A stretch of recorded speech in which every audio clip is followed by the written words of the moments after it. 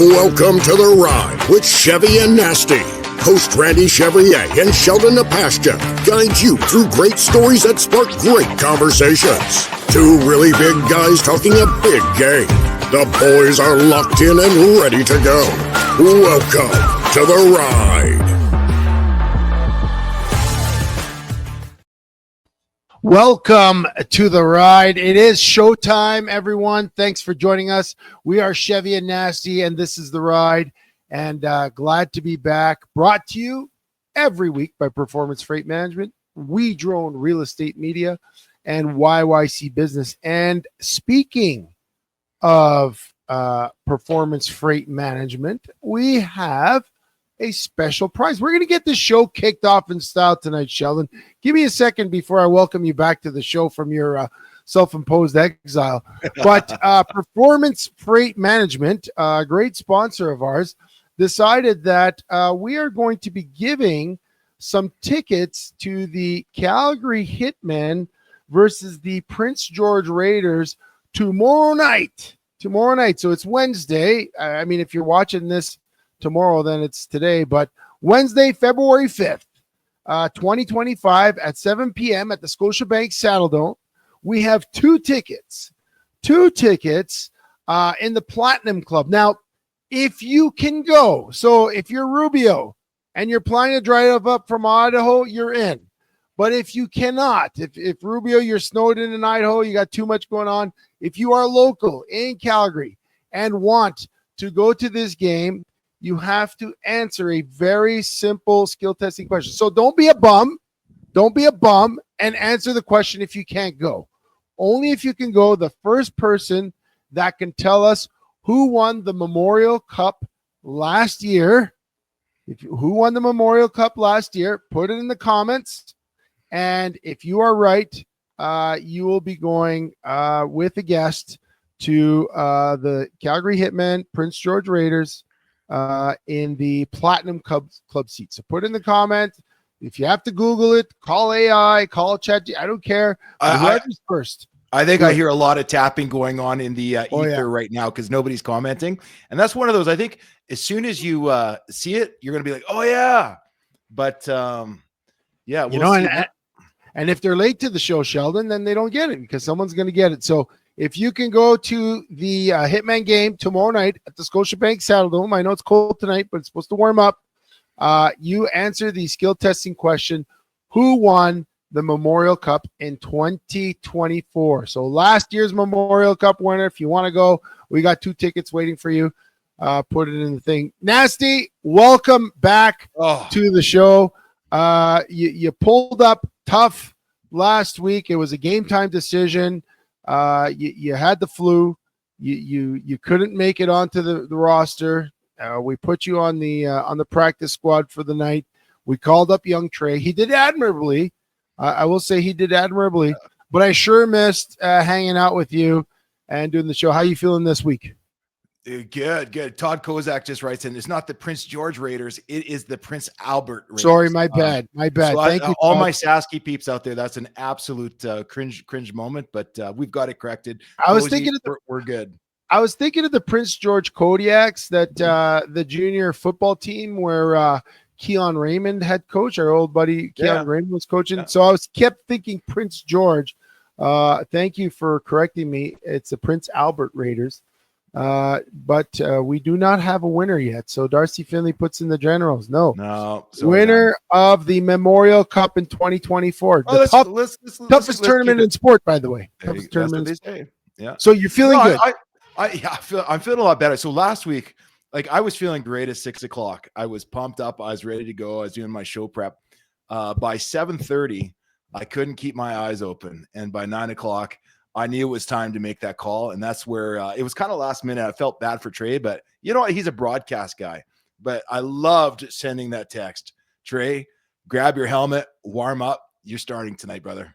Yeah. And he did. Yeah, he did do a nice job. Even though the first segment, Chev, you're throwing him questions. You're putting him on the spot. No preparation. Okay. So listen. Trey is like our resident sports guru. If Sheldon and I don't catch a name, Trey's usually the quick on the switch. Trey has like we have a chat, guys, that's going day and night, and it's literally Trey just feeding us sports stories from every sporting angle around the world. Like it's nonstop. It's awesome. So I figured, you know what? I was going to take an opportunity to feed Trey something, catch him a little off guard, but really showcase his brilliance. And not that it didn't showcase brilliance, but I caught him off guard with the best backup quarterback performances of all time. We talked about Tom Brady. We talked about Kurt Warner. We talked about Doug Flutie. All these. And I kind of caught him off guard. But you think tonight, okay, tonight we're talking about greatest Super Bowl moments. And the guy rattled off like 50 different things. Totally. Like, It's different when it's live, though. It's different when, grab your helmet, warm up, go in there. The first play, they're sending the blitz. It took them a second to get into it. But you know what, Sheldon? Go ahead. I was going to say, you know what? Nothing prepares you to play a really good game like that first hit. Yeah. That first hit that you get the snot bubbles, you run down, and you're like, I'm going to kill it. And you get killed and you get up from that.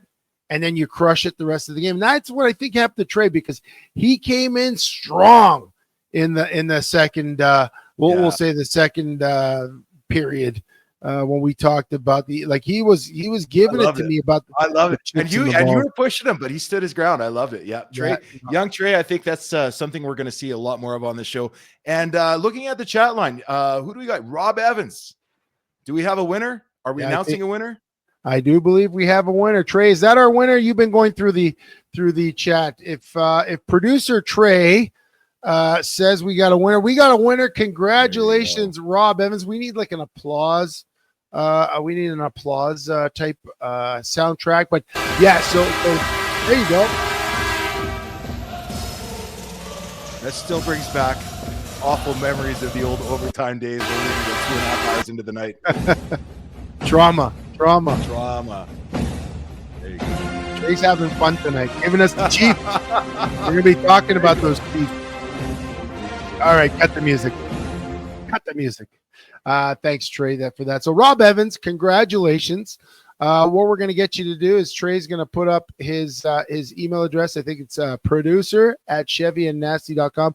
Might be the first email we get at that email address. But, Rob, please send an email to Trey just so you can have your email address, and our good friends from Performance Freight Management are going to get those tickets to your inbox. Just make sure you let us know. Rob, you know how to get a hold of us, even inbox, but those tickets should come to you, I guess, in the next probably in the next 12 hours. So if they're not here tonight, they'll be there tomorrow. It is what is it? What episode number is this show? 61, Chev, 61. And for this one, you know what? I had to dig back. 61's not the most common number. But you know what? I remember our good friend and teammate, Godfrey Ellis. You remember him from back in the day? Comes in out of nowhere. I don't even remember where he went to school, but he's from I think Nassau in the Bahamas. Comes in, this big 6'2", a giant, like big arms, big legs, big hands, but just a gentle giant, right?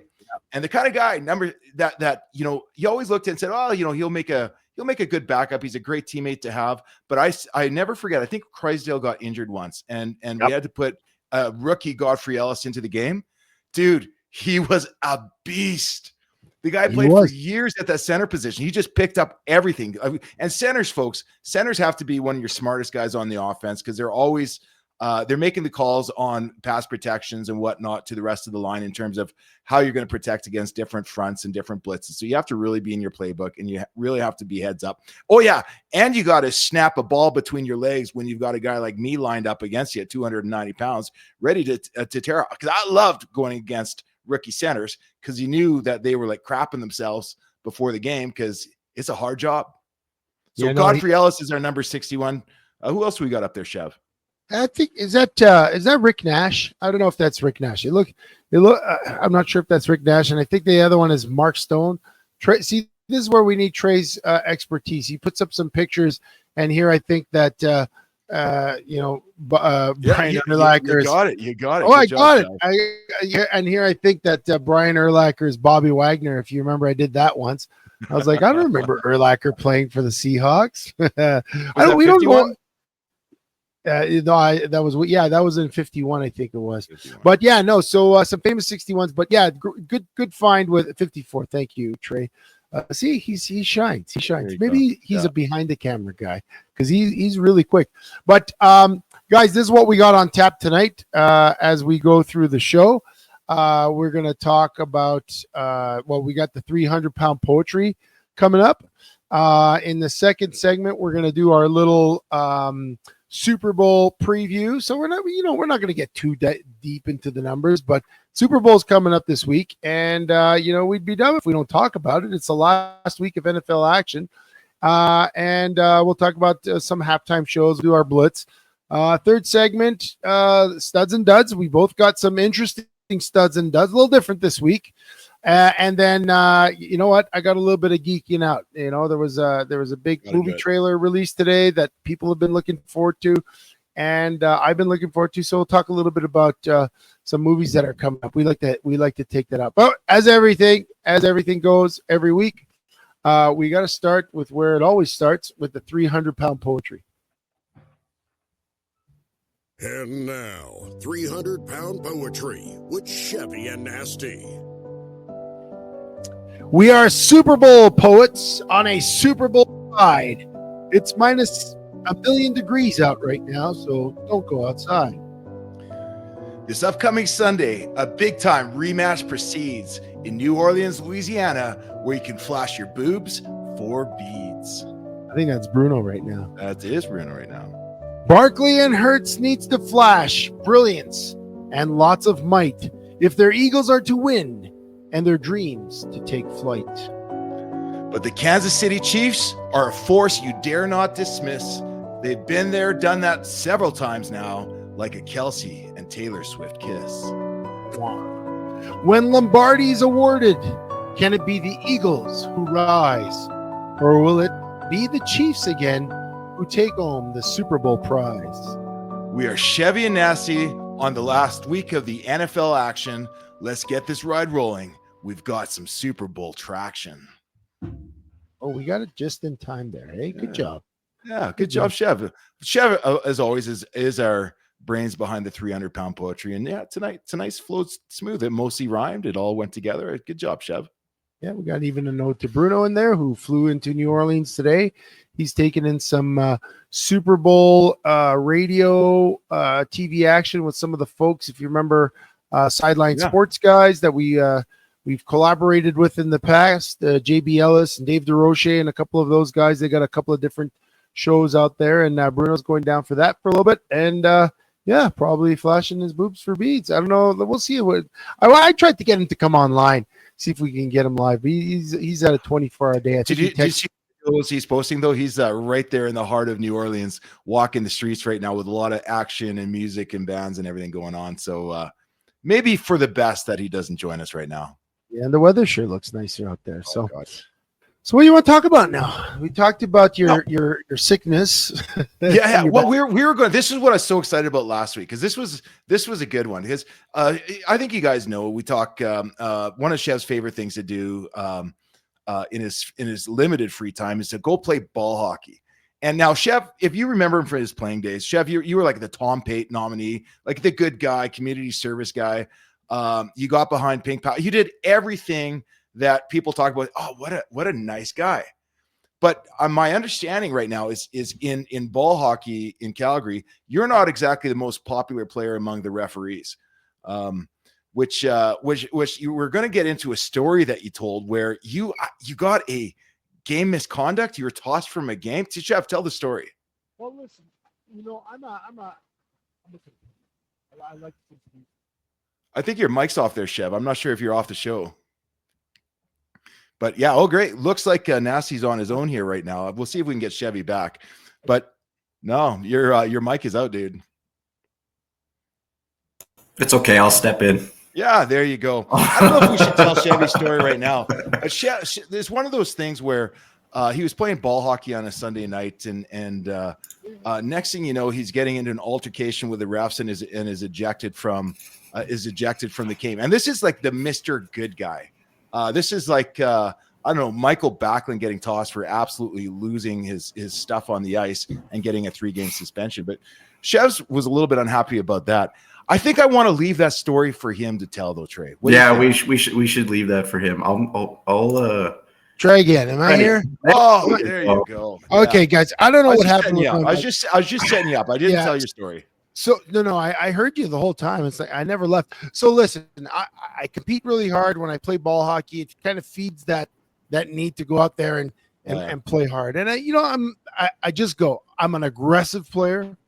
I'm a tough player, but I don't play dirty and I don't play rough. Of course, I'm huge. I'm 275 pounds and I can run as fast as some of the faster guys there.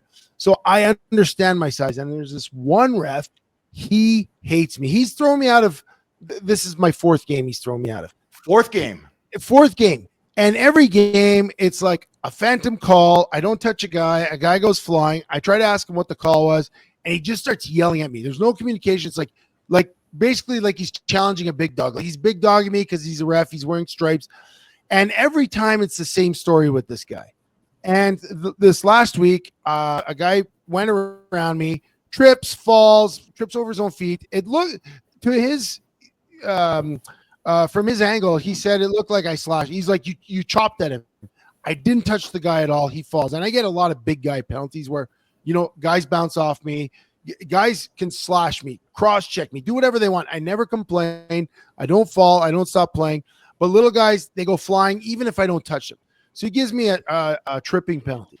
I don't say a word. I swear to God, I do not say a word because I know he had it in for me. I have enough run-ins with this dude. Go to the box. He calls the penalty through the little hole in the glass. As he turns away, I look to my team, and the bench is right there. I'm like, guys, listen, I didn't do anything. It was a BS call. I said it was a bullshit call. He turns around and gives me a 10-minute misconduct. I'm like, what the hell? I didn't even talk then. I went back out. I served my 10 minutes. I go back out. I play one shift in the second period, the last shift. Third period, I go out for a shift.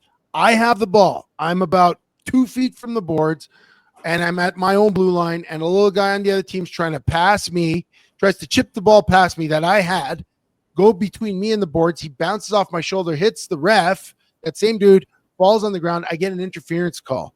And because it was my third penalty of the game, I got kicked out. And you had control of the puck? Yes, and I didn't say anything. Did you have legitimate control of the puck? Yeah. No, I had it. I was in my cone. Like that guy, if that was basketball, he would have had a charging penalty. Anyways, I got my third penalty. I got kicked out, and then I went on the sideline, and I lost my shit. My stick exploded on the glass. I was mad. Was it a $400 graphite shaft? No, it wasn't. But I was legit upset. Like I legit wanted to fight in the bathroom. I legit wanted to fight I want to flip his car. I was that mad. I still am that mad. In fact, we played this Sunday. I didn't even say a word to him. I'm seething. And right after that game, like about 2 or 3 days later, there was a survey. It happened to be a survey from the ball hockey league, the super leagues. And it was like, how's our schedule? How's our reffing? And when it came to how's our reffing, I was like, I've got words to say. Email me or call me. And I put my name in it. Like I'm still hot about this because I go to have fun. I go to compete. I go to have fun. I have never used my stick to hurt anyone. I've never used my size to hurt anyone. And to get that called on me every time I go, I waste a half hour of time. Dude, you're clearly hot, and I think we've all been there before. In fact, that's the fun of sports, right? Like just is to feel that fury that you can only feel in certain situations. But the story keeps changing because now it's been 4 times you've been thrown out. Has it all been by the same ref? It's the 4th time I've been thrown out, and that guy has thrown me not in the same season. But over the last couple of years, it's been it's been the same. And that's guy. funny. I played flag football in Calgary for years. Like after I retired from the Stamps, I took a couple of years off. Then realized, hey, this game was fun. But it used to drive me nuts how certain referees would have agendas. Now we're not supposed to. I mean, referees are even USHEP. Like referees are supposed to be sort of that untouchable state. They're going to get some calls right. They're going to get some calls wrong. I even heard you last week on QR, you're doing the round table with Sarah Crosby, right? And you were talking about that report that came out last week about how abusive parents are. You came out on the side of the referees that parents need to really chill and not get in the grills. Is there any difference between amateur kids hockey and your hockey? If you're getting into it with officials, talking about wanting to fight them after the game, like where's listen. How do you square that circle? My mom wasn't in the stands. She wasn't yelling at the refs. I was the player. I was yelling at the ref. Actually, I wasn't even yelling at him. That's the thing. I didn't do anything. I'm so upset. I'm so upset because if I would have, there was one ref, okay, a few years ago, he made a call on me and I mouthed him off bad. Like I don't know, maybe I was in a bad place. And we get there sometime. And I felt so bad after that. I actually went back to apologize to him. Like the season later, we had the same guy. And I actually apologized. I said, listen, man, there's no place for that. I really apologize. I've been thinking about it for a while. I want to come up to you and apologize. And I knew I was in the wrong. Like, and this is me, a grown-ass 48-year-old man going up to another man 2 seasons after. Maybe he didn't even remember it. He probably gets yelled at so many times. But I remembered what I did. And I went to apologize to him. There is no part of me that will ever apologize to this guy. And I have a guy on my team that says, yeah, that guy's he's a great hockey player. He's a really good dude. I'm like, well, I don't care. I'm a really good dude. And I don't treat people like that. Like that last game, the one that I got thrown out that he played, I got right in front of him. I got slashed 5 times in the arm and then by the same guy 4 times in the leg. And I looked at him. I said, are you going to call something? I'm not retaliating. And he started yelling at me, saying that I was giving it to the guy just as much when I didn't do a thing. So he has it in for me. I don't like that. It makes me upset. When it comes to kids reffing, like sports, when we talk about ice hockey, a lot of it is little kids reffing, like kids that are 15, 16, reffing the Timbits and so on and so forth. There's no place for the way a lot of parents act like jackasses in the stands. This is a grown man that's using his position as a ball hockey referee, making $50 a game to act out his alpha dog dreams by making another grown man sit down. That's all it is. I don't like it. I don't like him. I'm not going to apologize to him. Daryl says, let's get him on the show. That's what I was going to say. Remember when we got Ballsy on when you had that battle with Ballsy, like the first of the Riders a couple years ago? I'm bringing this guy on because I got a feeling all that alpha dog stuff, I bet you I'm going to hear the same arguments coming from him towards you. Sometimes, because I don't know, sometimes, especially in a city like this, a lot of guys played high school together. They were rivals. Some guy hit on some guy's girlfriend. Maybe he reminds you of the guy that stole his bike or kicked his dog. I don't know. But what really gets me about officiating, maybe he's a failed CFL player living in his dreams of the ball hockey league. You never know, but maybe he's just tired of you gooning all the little people on the ice. But Jamin brings in some good points about how it does get personal with refs. And my thing with reffing, when I played flag in Calgary back in the day, what I hate is when in the small leagues or the privately run leagues where refs actually have agendas. Like I think, we had this one, the guy that ran the old flag, there's a brand new one now. He would almost play kingmaker and match pieces around. So you could never trust the calls. If you're against the favorite team that he thought had the best chance of winning A division or B division, you weren't going to get the calls. That's what drives me nuts is, and I'm not saying amateur reffing's like that. I think you get a pretty good quality and pretty level playing field in amateur reffing. But in beer league sports, what I hate is when people have an agenda against you. Or an agenda where they're supporting another team. It got so bad. I can't remember what year it was. I think 2010, 2011. We were so frustrated with the calls that we were getting and getting, basically, you think it's bad with Patrick Mahomes. Only the teams that were the privileged teams got into the playoffs or got to advance to the postseason. A group of players actually got together and founded a new league. Yeah. Can you imagine? And you know how much work goes into that? But can you imagine actually taking the time to found a new league? First year, about half the teams came over, and it was pretty rough. But within 2 years, the other league folded. We had a whole new reffing crew. But again, I think with refs, I think there's a little bit of subjective there. Like players hate the refs, but I think refs hate certain players and look at us differently than we look at ourselves. You know what I mean? But again, sometimes refs get it wrong. It's okay if they get it wrong. And sometimes you can complain, especially when you play like pro sports, beer leagues, whatever. Refs will get it wrong. They miss an offside. They call a penalty when maybe it wasn't. That happens. And that's okay. That's part of the game. Refereeing is a judgment thing. It's when they allow their personalities to become part of it. Now I get it. If a guy's lipping you off, I seen in my son plays junior C, and that's like the goon league. And sometimes you got guys lipping off at the refs after they make a call or don't make a call or miss a call. And I hear the refs yelling at the kids and stuff, telling them to, effing concentrate on the ice and stuff. I get it. But when you don't say anything or you ask the referee to explain a call, you should be able to say, hey, like I should be able to say to the referee. Captains should. But even if the captain's on the bench and I say, what did I do there? And they go, well, you swung your axe at him. Like, why do you have to like add your no, just tell me what you think I did, or tell me why you're not going to call this, or should I retaliate because I'm waiting for you? Like, you know what I mean? But instead they start yelling at you and they make it worse. Jamin just comments. He got a call wrong. He says on Friday night, but he went to the team afterwards and let him know, dude, I blew that call. And that happens too. For me, I don't have a problem with a blown call. Like it takes all that I've got in me not to get like fiery on the field, because I do, right? I do. Yeah. Always have.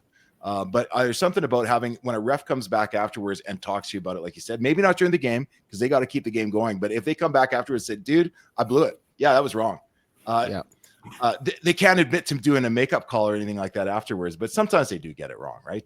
Cozy says sometimes you need to wait for the ref in the parking lot. I was in that, Cozy, I'm not going to lie. I was in that frame of mind a couple of weeks ago when I got thrown out of the game. I was so mad.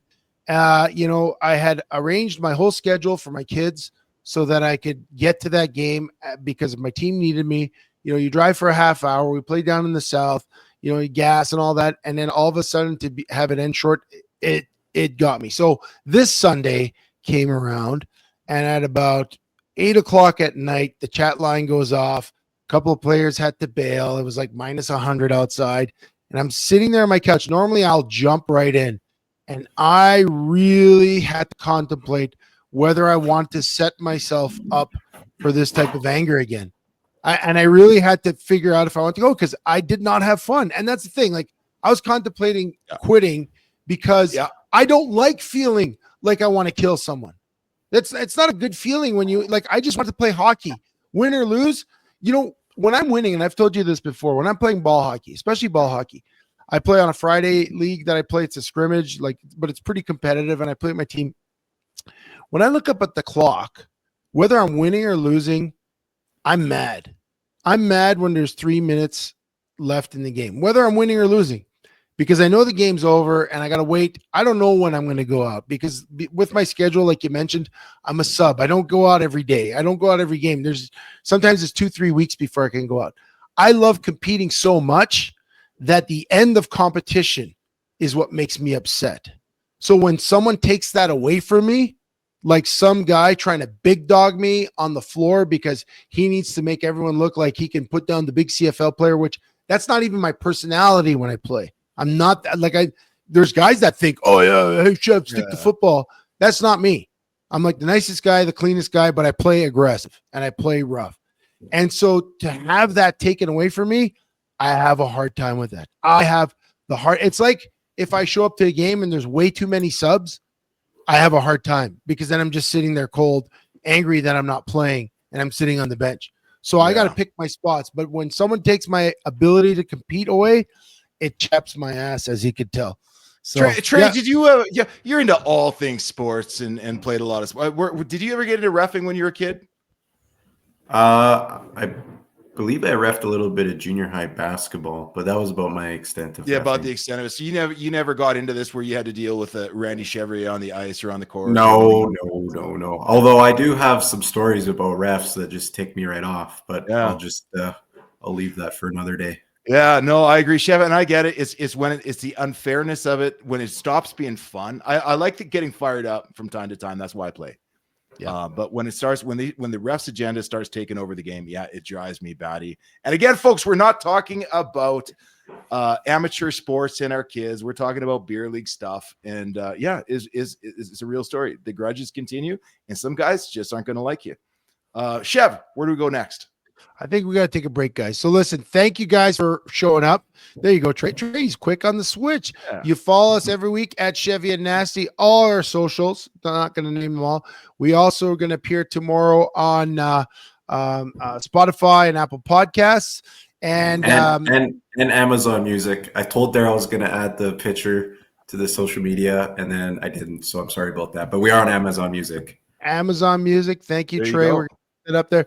So guys, listen, first of all, before we take a break, congrats again to Rob Evans, who is the winner of our contest. He answered it correctly. It is the Saginaw, what was it? The Saginaw Spirit? Saginaw Spirit. Yeah. Saginaw Spirit won the Memorial Cup last year. Rob is going to see the Prince Albert Raiders versus the Calgary Hitmen tomorrow night at 7 p.m. Also, guys, we're not going to play the clip tonight, but on Thursday, we are dropping the episode that we recorded last week with Glenn Love Jr. For those of you that don't know or may not have heard, Glenn Love played in the CFL, was my teammate in Stampeders, won a Grey Cup. He bounced around a little bit CFL. He's become a stuntman, did a lot of movies you may find on Netflix and Amazon, some Hollywood movies. But we had him on also because he was recently diagnosed with ALS at he's 35 years old, got a 1-year-old daughter. So he talks to us a little bit about his journey. Obviously, we want to raise awareness for ALS, but also his own journey to help him raise some funds for the treatments he needs. That's dropping on Thursday. When we get back, guys, we're going to talk a little Super Bowl. We got to get into it. The game, the snaps, the snacks, and everything in between. Let's take a break and Super Bowl on the return. Performance Freight Management is a global logistic freight shipping company that will handle the entire shipping process for any package to any country. Whether it be a simple truck shipment from your office to Toronto or your company importing generators from China, PFM Freight handles it all. We have the expertise and technology to handle any shipping requirements. Skip the guesswork and let us take the shipping pain off your plate.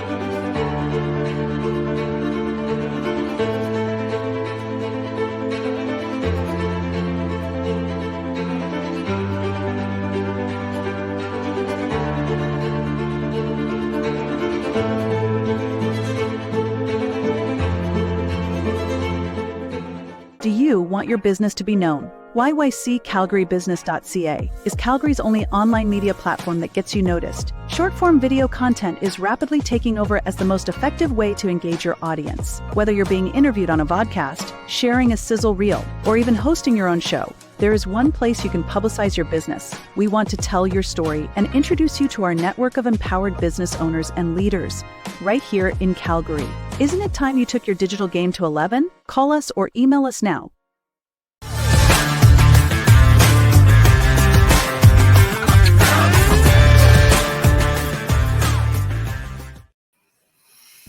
Welcome back. Well, Sheldon's not back. He's sick again.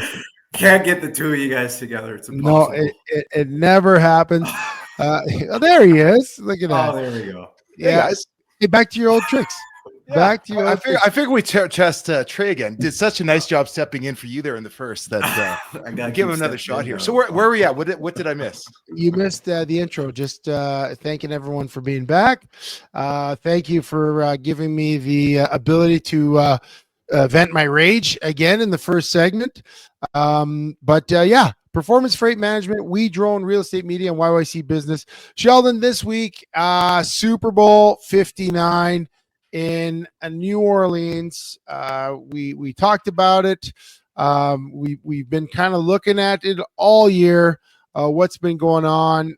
Two teams that most people expected. I think maybe some people expected the Bills and maybe the Lions, but I think if you poll most people at the beginning of the year, these were the two teams that people thought would be here. Where are you sitting with this Super Bowl? Is it something you're looking forward to? Is it like Chiefs again? Can you get behind either of these teams? You know what? Like I said, I'm still going to stay behind the Chiefs in terms of who I think is going to win. Yeah. Now you said it. everybody called, a lot of people called this matchup from the start of the year. But I think what makes this one interesting and probably takes away from it a bit is how the Chiefs got there. I mean, I know you and Trey got into it a little bit last week. Yep. There's been a lot of calls that have gone the Chiefs' way this season to get them where they are right now. But at the end of the day, what you can't argue is that these are two of the most accomplished teams in the league. For me, though, what always gets me about Super Bowls is seeing new heroes and new stories. What I would love to see, and I don't think it's going to happen, I would love to see Saquon Barkley just take this game over. I want to see him put up 150 rushing yards in the first quarter, 2 touchdowns again like he did, and just be a beast of the man.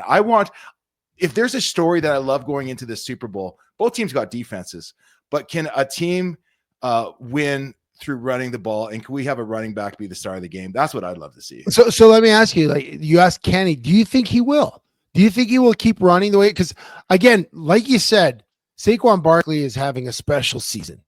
When he came over from the Giants, I thought he was going to make them better, but I did not realize the type of running back that he is and how he can affect the game and how he can affect the players. But this is the Chiefs. This is Steve Spagnuolo, right? One of the best defenses in the league. If I'm not mistaken, they're the second best against the run this year. Yeah. Do you think they can stop him, or is he the guy to kind of cut through them like a hot knife through butter? See, matchup wise, here's the problem. Spagnuolo defense is absolutely amazing. Not only that, they have 2 weeks to prepare. If you look at systems and all these things, the truth is it's probably not going to happen. He's going to have his times. He's going to have his plays. I guess the real question is, can the Eagles find new and creative ways to get him isolated one-on-one? Different trap plays, pulling guards. Can you get him the ball in ways that the Chiefs aren't expecting and that Chris Jones can't get those big mitts on him? Truth be told, Chev, I don't know. That's why you got to watch the game. I would love to see it. I don't think it's going to happen, but I would love to see it. That's what's, in terms of a game that is almost feeling a little bit like repetitive now to see these teams advancing. I want to see a new story, and for me, I'm watching to see what Saquon Barkley can do. Well, let me rewind and set up this next one, because 2 years ago when we dusted, I think we literally said it in the poem, we dusted off the rust, and we got back on the air. Our first episode was a Super Bowl preview, and that Super Bowl was the Super Bowl between the Eagles and the Chiefs. And the talk, if you recall, our talk was about the emergence of that athletic running quarterback. I think we did a whole segment on that, talking about Patrick Mahomes, Jalen Hurts, all these quarterbacks and the long list to get to that point. Yeah. And at that point, the luster was still on Patrick Mahomes. In fact, I think I sent you last week a little quote from that show. I might even post it tomorrow, a little throwback to 2 years ago. But, the luster was on Patrick Mahomes. People weren't tired of the Chiefs. People weren't blaming the refs every time he scrambled or got free. And Jalen Hurts was up and coming. And there was a legitimate evenness about them that we weren't sure if Patrick Mahomes would outperform Jalen Hurts, or if Jalen Hurts was just going to take over with his legs and win the Super Bowl for the Eagles. Now, the Eagles are much improved 2 years later. We just talked about Saquon Barkley. And I would say that Jalen Hurts has gotten better, but I would also say the same thing for the Chiefs. Not necessarily Patrick Mahomes. He didn't have the greatest season this year, or his greatest season, but if anything, they have found ways to win with very little space. They've won the most games in one possession or less, or one score or less. Can Hurts outplay Patrick Mahomes? Because we needed that last week or 2 weeks ago for the Bills, right? If anyone could have potentially outplayed Patrick Mahomes, it was Josh Allen and the Bills, and he didn't. He was, as I told Trey last week, he was even, and Mahomes was leaving. For the Eagles to win, not only do they need a big game from Saquon Barkley, but Jalen Hurts really has to step up. Can he outplay Mahomes? What do you think? The question is, can he keep from turning the ball over, which they've been good at this year? You know, he's going to have to, and that's one of those things that will, open up the run. He's going to have to play the best game of his life against a defense that's been preparing him for probably not just 2 weeks, but for 2 years, but certainly this season, that are going to be so dialed into his tendencies, what he can do, what he can't do. And again, Chev, I'd love to see it. I just think that Kansas City defense has too much speed. They're too well coached. And at the end of the day, I'd love to see Philly win, but they've got a mountain to climb. If I will say this, so if they do find a way, if Jalen Hurts is able to run for 60 yards in the game and distribute the ball without those turnovers, if they're successful of going on fourth down to keep possession on their time. And the key to me is, can they be up by 9 points or more with a minute and a half left? If they can do that, they can win. But I don't know. I guess for me, that's the storyline to see is can we see guys that have, dropped it opportunities time and time again in the past? Not saying that Philadelphia's a bad team, but can they actually rise above who they've been to take out the Kansas City Chiefs? That's the question. We'll see. Yeah. And then, my final one that I was thinking is can Philly's coaching staff keep up with the Chiefs coaching staff? It's one thing to have great athletes. It's one thing to play really well, but to have that constant pressure of having to match, a coaching juggernaut like the Chiefs step for step, because any misstep, they'll make you pay, right? Any misstep, you're going down. So can Nick Sirianni of the Eagles keep up with Andy Reid? Because Andy Reid is making this case for being the greatest coach of all time. If they win today, it's 3 in a row. He goes from the coach that couldn't get it done in Philly when he was there to literally becoming the greatest coach in NFL history. Can the Eagles coaching staff match with that? Or is it too much? I think we're just, it's a boring take, and I think it's been out there, but what you're seeing there is no different than the Belichick Brady days. The answer is no. That's what they've got going on in Kansas City right now is special. They find ways to win, and it's not always athletic ability. It is just, it's just game planning, execution, and a few lucky calls from the officials. So yeah. But the thing is, when you referred to Brady and Belichick and the Patriots, they did lose a few. They didn't win everyone they went to, and there was that same team going into the game that we thought that the Chiefs are. But they won 7. So okay, let's go to predictions before we go to the Blitz. Game time Sunday. Who you got? Chiefs by less than a score. I'll call it 31-28. Well, I think I hate to do this to myself, but for me, going to, again, you always say you can't bet against the Chiefs, but being the guy that always looks at the underdog when things are so stacked against them, and I'm making this take right now based on I'm looking at the stats. I'm asking the questions, and every time I ask the question, except for Saquon Barkley, if he can run with the whole team on his shoulders, maybe they got a chance. But every other question to me favors the Chiefs, and when it's that heavy to one side, I tend to pick the opposite. So I'm gonna pick the Eagles today.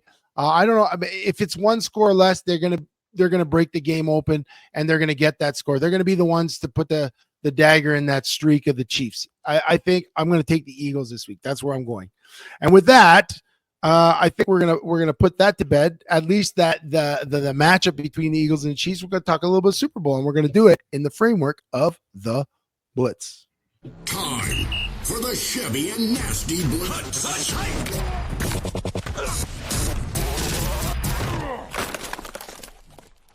All right, Sheldon, listen. So we talked Super Bowl, we talked Eagles and Chiefs, we put that to bed, but we mentioned some former teams, some great Super Bowl moments.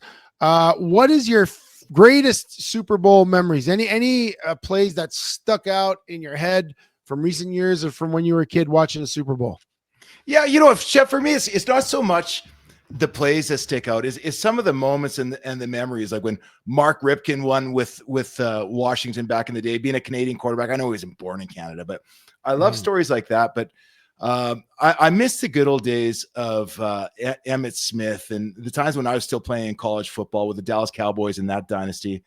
Probably the biggest one for me, though, now as an old guy who's now turned 50, Tom Brady in 2020, when that whole debate we talked about, was it Belichick or was it Brady? He goes to Tampa Bay. They had some pieces. They had a lot of talent, actually, but they'd never done anything remotely close to getting to a Super Bowl in decades. And for me to see the old man Brady connect with Gronkowski, it brings up the nostalgia of my early 2000s, right? That was for me, probably in terms of a game, my favorite one. How about you? Anything epic though, that just when you look forward to this game, that just gets you excited that you might see a replay of that? So I don't think we'll ever see a replay of the David Tyree catch with the Giants against the Patriots. Like that was, but it didn't really do anything for me. There was no emotional attachment to me. And again, you talk about the Patriots. We talked about the team that defeated them. So we talked about them losing to the Giants, but that Philly special from a few years ago when backup quarterback Nick Foles comes in and he tosses the ball off and then he runs off to the side and they throw it to him and he scores a touchdown. And then I think the Patriots tried it later, or they tried it before and it just didn't work. That was a big play. That was a memorable play, but there's two that stick out for me. And they both involve one of the same players, which is one of my favorite players of all time, Kurt Warner. One was when he played with the Rams, when he won that Super Bowl against the Titans. And right at the end there, I believe the defensive player was Mike Jones. And he stopped, is it Dylan? What was the name of or Dyson, Kevin Dyson, right at the goal line, like from getting that first down. And it was like pulled on his leg. I don't know if you remember that. And it was such a memorable moment because I love the Rams. They were the greatest show on turf. I love Kurt Warner and his story. And that play was just like the essence of the game, came down to that inches where Mike Jones make that game-saving tackle. And then, again, my favorite player, talk about Kurt Warner, when Santonio Holmes of the Pittsburgh Steelers made that toe tap catch in the end zone to win the Super Bowl against the Arizona Cardinals. And man, two guys that I really wished had a Super Bowl was Larry Fitzgerald and Kurt Warner, two really classy dudes. And it got snatched away. So that was really memorable for the wrong reason. So different moments evoke different emotions for me, and some of them good and some of them bad. And that's what I love about the Super Bowl. You never know what you're going to get. It's like Leon Lett running the ball, the fumble recovery into the end zone and being stripped at the 2-yard line because he's Yeah. Randy, didn't Kurt Warner get a Super Bowl? You just said it. Yeah. He did. Yeah, he just said he wish he did. No, but I meant as Arizona Cardinal. Like I wanted him to get another one. So when he lost, with Larry Fitzgerald, I wanted him and Larry Fitzgerald to win because I love Kurt Warner's story. He was constantly the underdog. Even when he was with Arizona, he brought that team from a zero of an organization to actually a contender. And I was like, oh, if they could just got that. So yeah, that's what I meant. Obviously he won with the Rams, but let's move on. Next question. Super Bowl halftime shows. Thank you, Trey, for popping in. Super Bowl halftime shows. Any memorable ones? Kendrick Lamar won 1 million Grammys on Sunday night. He's the Super Bowl halftime show. Are we looking forward to it? Or is there some show in the past that you just don't think can be topped? That's funny. Like I'll say this. My wife's a big Kendrick Lamar fan. I struggle to name anything that he's done in the last 10 years. Like I just don't know. How about I don't know that. Do you get excited about Kendrick Lamar? I'm sure it's gonna be a great show, but like I know not like maybe I don't listen to his music, hip hop or rap. I know he's been in a rap battle with Drake. I know he has a song that he accused Drake of being a pedophile in, and it's like it was like the big Grammy. Yeah, guys are getting shot over that feud. So I was actually surprised that they went this direction with the NFL. But I have no clue. Yeah, it's I'll tell you what, like it's probably for a different demographic, and I love rap. Like 2 years ago when they brought in Dre and Snoop, and I think Kendrick Lamar was with old them, school. Eminem, Mary J. Blige. I mean, I love that. 50 Cent hanging upside down. Cent. Yeah, that's right. Yeah, this one I'm not totally feeling, but I'm willing to go along with it and see if I get surprised.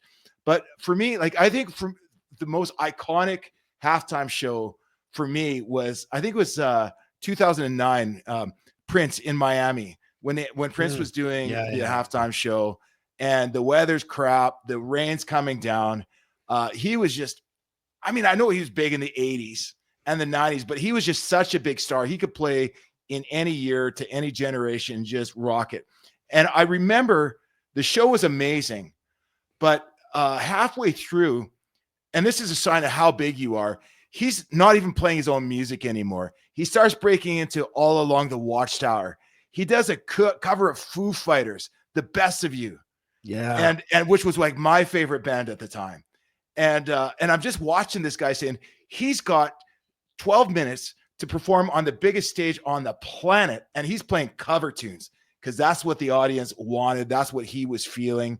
But at the end, as the rain is falling down on stage and he's got his boots on and everybody's worried about slipping and electrocuting. Story, I think I told it before, where some guy was holding the plugs together just to keep the power going. Yep. And he breaks into Purple Rain. Yeah. Right. Plays that guitar solo with that crazy phallic guitar of his and hits all the high notes. Dude, 2009, I think it was 2009. Prince, best show ever. Oh, that one was 2007. Okay, thanks, Trey.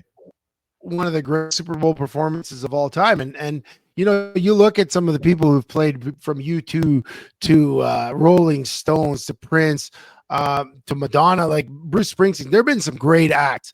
Last year, you know, I was a little bit disappointed with Usher. I mean, there's a lot of people that love Usher, but in my mind, he hadn't made a hit in years. And, you know, Kendrick Lamar has a lot of hits. I just don't know them.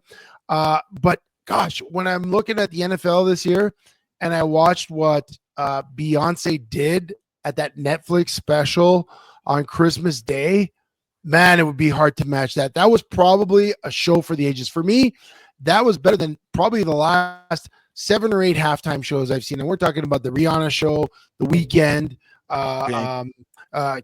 Katy Perry, Lady Gaga. Pink. Like, yeah, that show, the Beyonce show at Netflix, was probably the best halftime show I've seen in a long time. And I don't know, Kendrick Lamar's got big boots to fill because as far as I'm concerned, the NFL already did it. They blew their load with that one. So last one for the Blitz before we go to the break. We're actually going long today. Super Bowl foods. What's your if you got one food, you're going to Super Bowl potluck. What are you bringing? Yeah, honestly, and this is the big one for me, right? Like, you know, the game, I watched the game, I enjoy the game, but you know, once you've played, I've never played in a Super Bowl, but I'm not as intrigued by the drama on the field, or at least, you know, not this year because there's nothing new and exciting to me. The food always gets me. So, you know, yeah, Trey, good job. The top 10 Super Bowl foods. Yeah, the wings are good. I like wings more when I'm out than when I'm at home. Pizza is good, but I think ordering pizza in for the game is a little bit lazy and done. What I'm doing this year is I'm doing pork carnitas. I was thinking about doing a brisket and brisket sliders, but it's just so cold. I don't want to be standing and having my smoker going for 20 hours leading up to it. So I'm going to be doing pork carnitas done in a pressure cooker with some onions, some ancho chilies, and all my homemade Mexican spices and rubs. And then I'm going to be laying them out onto the tortillas. I'm going to do my own pickled red onions. I make my own salsa verde. I got the tomatillos ready to go. So for me, this is what I love about Super Bowl is making it an event. And so I've got my pork carnitas with my pickled red onions and my homemade salsa verde and a few other little treats and things to go along with it. For me, it's about the food. Chev, what's your go-to, or what are you doing this year? You know what? We're probably going to be around here. I'm not even sure. We talked about maybe going somewhere. I got the boys, so I'm probably going to do something with them. I love what you're making. For me, I like the finger foods. Like, I do love the wings, especially with the air fryer. If you've ever put wings in an air fryer, man, they make some awesome wings. I like fries. I don't see fries there. I love fries and different sauces. Chips and dips are good. I like the sliders too, but for me, if I had let's say I had a very basic Super Bowl spread, there's going to be wings, there's going to be pizza, and there's going to be chips and dips. And I know it's chips and dip, dude. The most underrated. Nobody talks about chips and dip enough. Yeah, chips and dip is like, for me, that's nostalgia. That's going back to the old, old Dutch potato chips with the cream cheese based dips. Yeah, that's a good one. Yeah. So for me, if I'm doing 3, like if I say, hey, listen, I just want to put something together quick for me and the boys, and it's wings, pizza, and chips and dip, and maybe a veggie tray. You got to have a veggie tray. You always got to throw in a little veggie tray, and then I never do desserts. Like I see there's cupcakes and cookies. I never do desserts on a thing like that. No poutine, because poutine is something you got to sit at the table to eat and enjoy. And when you're at the Super Bowl, you don't want to miss a moment. So you want to be able to run, grab a quick wing, rip it off the bone, and go back to watching the game. And that's kind of, or a piece of pizza, you shove it in your mouth, chips, anything that requires a few minutes to eat, you're stuck in the food, so it's got to be quick. That's how I see it. But I'm definitely looking forward to a little Super Bowl spread, whether it's at home or out. Super Bowl is about food, it's about fun, and it's about the football. Listen, guys, Sheldon, you know what? We're almost at the top of the hour. What do you want to do here? Are you asking if you want to keep it rolling? Because I'm fine to keep it rolling. Well, then let's take a quick break, and then we'll come back. We'll do our studs and duds. We'll do a quick out, and then we'll get you guys going. Guys, thanks for joining us tonight. You know where you can find us, at Chevy and Nasty. Remember, we're on all socials. Tomorrow our podcast drops on Spotify, Apple Podcasts, and Amazon Podcasts. Is it Amazon or Google? I think he said Amazon. Trey said Amazon. And remember, Thursday, the 6th of February, we're dropping the Glenn Love Jr. Interview, UCLA Bruins, AC Anthony Combs, AC Sports Lives in Rubio, former UCLA Bruins. Get to see one of their former comrades or their brothers in arms who recently was diagnosed with ALS. So we'll talk to him. It's a really good interview, very touching. And we'll come back. We'll wrap this thing up. We got to wrap it up in style. See you in a minute. Performance Freight Management is a global logistic freight shipping company that will handle the entire shipping process for any package to any country. Whether it be a simple truck shipment from your office to Toronto or your company importing generators from China, PFM Freight handles it all. We have the expertise and technology to handle any shipping requirements. Skip the guesswork and let us take the shipping pain off your plate.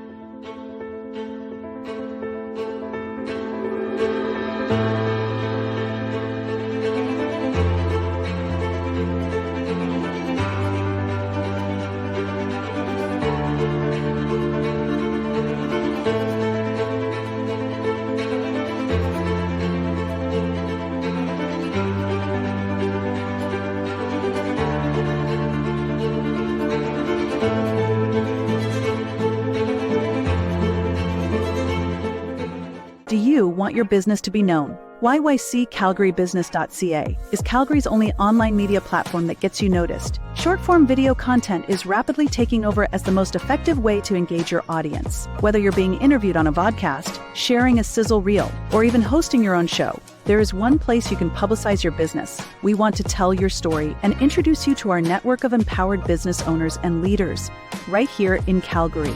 Isn't it time you took your digital game to 11? Call us or email us now.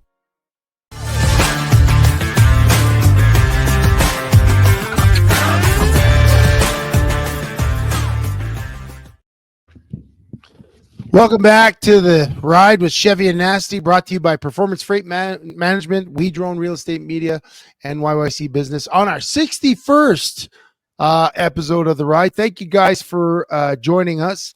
We talked Super Bowl, basically determined that the Chiefs are the heavily favored team. So Nasty picks the Chiefs. I pick the Eagles. I'll give you the underdog after my hero call on the Argonauts. Yeah. I'll take the underdog. And then we determined that Sheldon is definitely having a better spread at the Super Bowl party than I am. If we don't end up going out, but yeah. Yeah, if you don't end up going out. And talked a little bit about some good moments. So let's move on from the Super Bowl. It's coming whether we like it or not. And we'll talk a little bit about it next week. But let's go to our studs and duds for the week. Let's hit it. Studs and duds. Sheldon, you want to start it off with your stud? Yeah, this one is not so much of a stud, but this one's really interesting to me. Tabor, Alberta is known for great football, great sports, great athletics, but mostly it's corn. Did you say porn? Corn. Oh, corn. Oh, of course, corn. Of course. And what about the Nickelback? Yeah. No, that's not Tabor. That's what's the name? Help me out. That Hannah. is Hannah Oh, Alberta. Hannah. That's Nickelback. Yeah. Okay, Um, Tabor's a but lesser known band. there's Tabor made the news for a different reason this week, and I just found it fascinating. So apparently, a lady passed away. She was her and her husband had owned a hotel. She was a realtor in the city for 30 plus years. She died at 81 years old, and after doing all the processing, they discovered she had a secret identity. She was a serial killer out of Missouri in the United States who murdered her husband. Found a new boyfriend who had a wife, killed his wife, was convicted, but needed a retrial due to some kind of jury inconsistencies or something. They needed a new jury. At that time, she ran to Mexico, murdered again another boyfriend, was sentenced to 11 years in Mexico, but escaped prison. Jeez. And she was never seen from again. She disappeared. Apparently, they say she ended up in Los Angeles and remarried, didn't kill this one. And they weaved their way up north, avoiding police for over 50 years, ended up in Tabor, Alberta for the last 30, and lived a perfectly clean, respectable life. And it was only after she died, fingerprints or DNA, that the Americans were able to track her down and data. I don't know. I just thought it was interesting. Tabor made international news. In a story that I hope somebody does a podcast on, because I'd love to hear the details about that one. That's a true crime podcast. Well, mine is not as heavy as yours. My stud of the week is, I found this today. We talk about refereeing, right? We talk about referees that blow calls when I'm playing. We talk about referees that blow calls in the NFL, but LASIK.com, okay? They have an all referee. So if you might ref beer league hockey, you might ref amateur football, pro football. They have a $1,100 off LASIK surgery guaranteed, like in the US, not in Canada, for any refs that ref at any level. All you got to do is mention that. I think that's fantastic. First of all, someone is that for real though? Is that for real? That's for real. And first of all, for me, that I have really bad eyesight. I didn't get into the military after high school because my eyesight was so bad, or I didn't get into the field that I wanted to, and I kind of shut the door on that. And I've had bad eyes my entire life, and I've always considered laser vision, but it's always been so expensive. So a discount like this, and it used to be $2,000-$3,000 an eye. I'm sure it's come down for any of you that have it, and I know lots of people have. I've always considered it, but the price was always something that I couldn't just easily spend on. But to have a discount like this, man, I'm going to start reffing in the beer leagues if I could get $1,000 off my LASIK, because I definitely did that. So my stud of the week, LASIK. They might get the calls right now. Maybe I won't get a misconduct penalty and thrown out of the game if the guy in the super leagues had LASIK, because I didn't touch anyone. I promise you. That's funny. It feels like they're just trolling Russ. I mean, that's well, hey, why not, right? But that's I don't know. I just find that funny. Yeah, Duds. Or what are we on? Duds. Oh yeah. So we've talked about Marcus Jordan, Michael Jordan's son. Famously last season we were following him and his escapades with Scottie Pippen's wife. Well, last night, he was busted driving his Lamborghini down the train tracks. Apparently, he says he took a wrong turn, turned onto the train tracks, and got his Lambo stuck on the tracks. Police come to help him out. He walks out, Chev, he's slurring. Yeah. I think I got stuck on the train tracks, a half a mile off the main road, there's going to be some alcohol involved. Not only this, he got busted with a little baggie of cocaine in his pocket. Yeah. Oh my God. He took a wrong turn at Scottie Pippen's ex-wife. A wrong turn is right. Now he did as the police got to him. And of course, this is looking extremely odd. So they do the frisking thing because he had his hands in his pockets. At which point he says, "Hey, I'm Michael Jordan's son." But does that help get it off with the police? I'm Michael Jordan's son. I don't know. Anyway, he took a few wrong turns to find him. Listen, folks, if you ever get yourself stuck on the train tracks with some random girl and a bag of cocaine in your pockets, you've made a wrong turn somewhere along the way. This thing is just developing right now. I don't know if it's going to be serious, but I'm going to be curious to find out what happens next. Yeah, well, he's lucky too, right? You go on those train tracks and you're intoxicated, inebriated, and possibly incapacitated. That's just bad. Like he got arrested. He's lucky he got arrested, because worse could have been he got hit by a train, right? And that happens. That's happened. And, it's things have gone off the tracks, pardon the pun, since him and Miss Pippin split up after their very torrid love affair. Well, my dud is Ticketmaster, and I'm going to tell you why. On Friday, Sheldon, I was trying to get Morgan Wallen. Morgan Wallen's I'm the Problem World Tour or North American Tour coming to Edmonton in September. 2 shows, Friday and a Saturday. I was first in. Like, I'm not lying. Like, to get first in on a big show like this would be like, I don't know, the Taylor Swift. I was first in. I was in the app. I saw $100 tickets, okay? $100 tickets and $125. I scrolled down to see if I could see what a lower bowl ticket was, the reasonably priced, $100. They booted me out of the app, Sheldon, just for scrolling. Like, I got booted out. When I went back to log in to Ticketmaster, I was I logged in immediately, like re-logged in, 28,000 people in queue. I waited about 45 minutes in queue, 50 minutes while I was having breakfast and doing stuff on Friday morning. By the time I got in, the same tickets that were $125 were selling for $400 already on the resale. Like, what a scam. I was so mad. That was like my girlfriend Brittany's bucket list. I like Morgan Wallen. We want to do this. We waited 10 a.m. on Friday morning. I was off work. We logged in. I was there. I was literally there. And they booted me out, and I got tossed to the back of the line. 28,000 people. There's got to be a better way. And then you get back in, and the tickets are $400 or $500. It's not for the common man. So I'm pretty pissed off at Ticketmaster. That's my dud of the week. Yeah, I get it. Like, we're a free country. You've got to be allowed to resell tickets. But there's something about this day and age where we're, like we talked about last week, catching rocket ships from space in these little arms. But we can't come up with a fair system to track forward progress in a football game, or to keep the corruption out of buying tickets. Yeah, that's just dirty. But did you were you getting a little bit greedy? Do you think, to take a look? Like, how does that work? You're in the app. You're supposed to have a timer. There's a timer. Like, you shouldn't be booted out. There's a timer where you can, like, if you take too long, then they boot you out. But I was definitely just scrolling down. In fact, I wanted to, like, you see a list view of all the tickets available, and then there's a map view. And I tried to switch to the map view so I could select the section, and they booted me out. I was so upset. And the other thing, when we did get back in, just for the sake of it, there were some tickets at $200.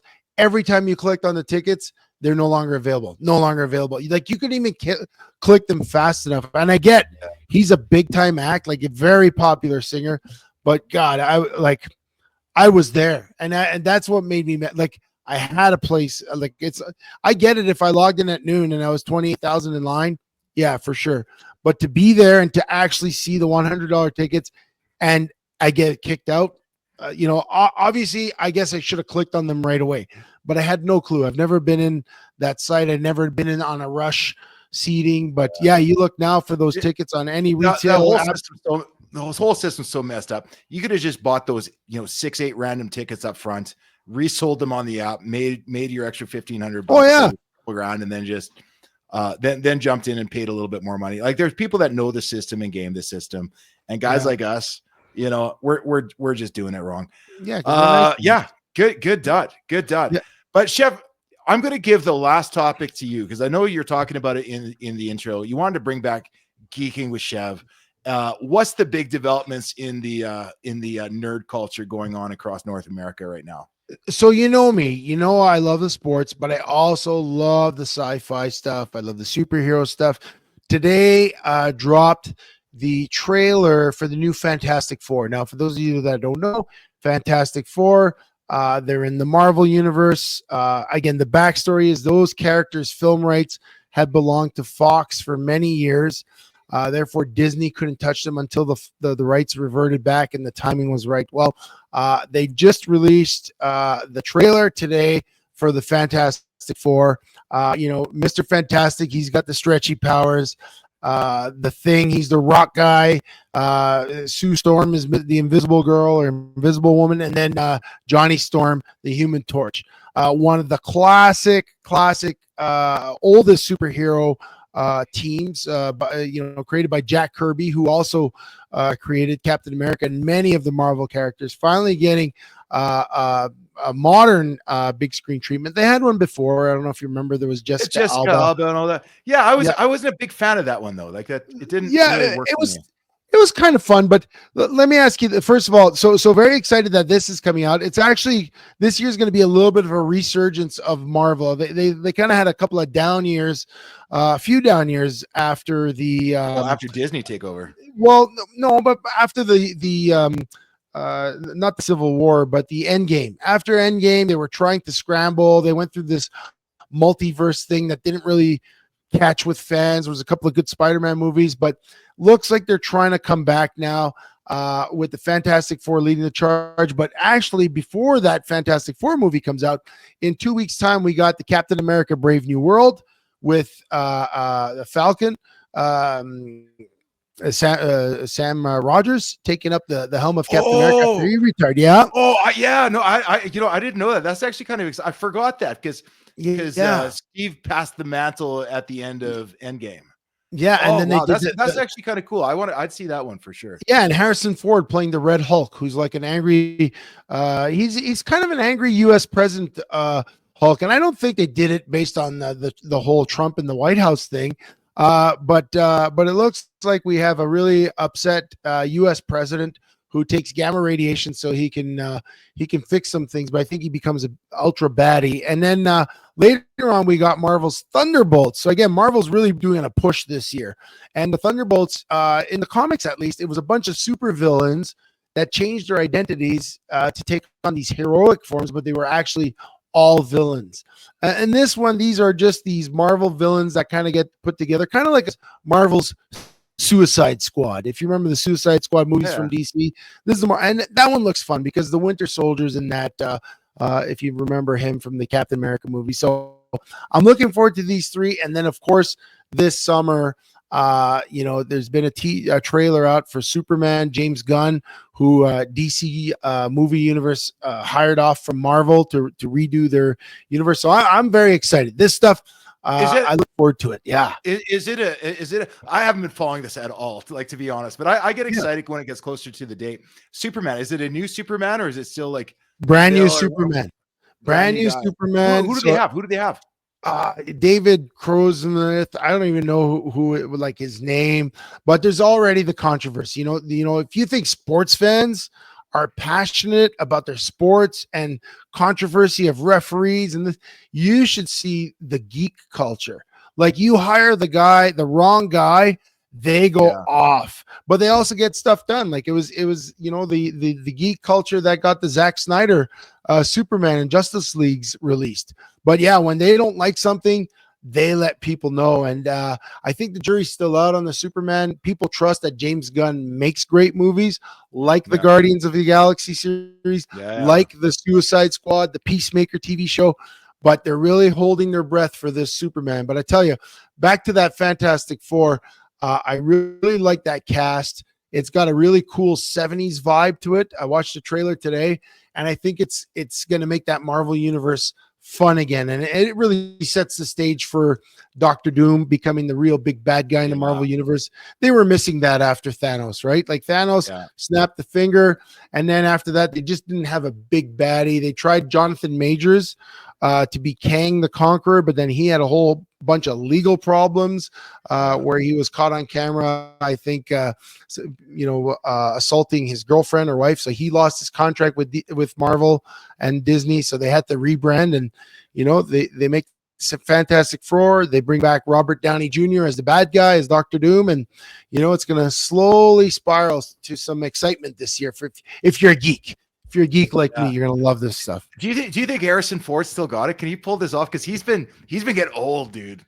Like, I'm a huge Harrison Ford fan, but he's getting old. Like, okay, let me ask you this: did you watch the last Indiana Jones, the most recent one? No, I've like clips and parts of it, but I tell you what. So I watched it. I went to the theater. It was last year, and I'll tell you what. The theater was packed. Was packed with old people. I might have been the youngest person in there, but that's very much dad movie. You go with your dad and watch it and stuff. But they used a lot of CGI, especially in the opening sequence where they had to go back in time and tell a story from when he was like younger. And, the CGI has come so far along that it actually looks real.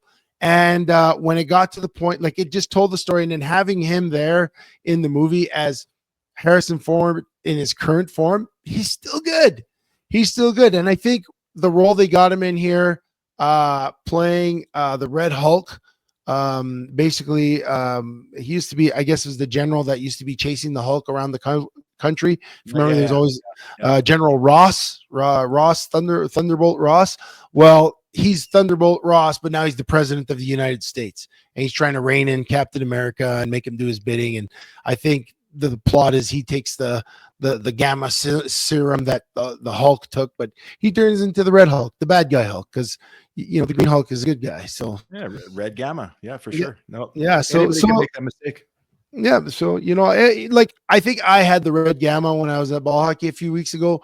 Normally, I'm the good guy Hulk, but I think I had the red gamma. So Chev, we've got to get this. We got to get this ref on. I want to hear his side of the story because I'm not saying I don't believe you, but I'm saying I've had my heated moments where maybe I wasn't quite as nice a guy as I thought that I was. But you know what? Chev, listen, I'll tell you this. I'm not going to seek him out. But if you find him and he happens to appear on the show, I'll talk to him. But I'm not talking to him in the rink. I'm not talking to him anywhere else. So I know some people. You know what? Who knows? We might even find you guys some common ground like we did with Ballsy 2 years ago. Although maybe. Ballsy was fired after that. So yeah. Well, I don't want to get that. Fired. Hey, guys, just want to say thanks again for sticking around with us. I know we went a little bit long today. It felt just great to get back after missing last week. Episode 61, guys. We really appreciate it. Remember, we're going to be coming out. You'll be seeing this on all the major podcast channels tomorrow.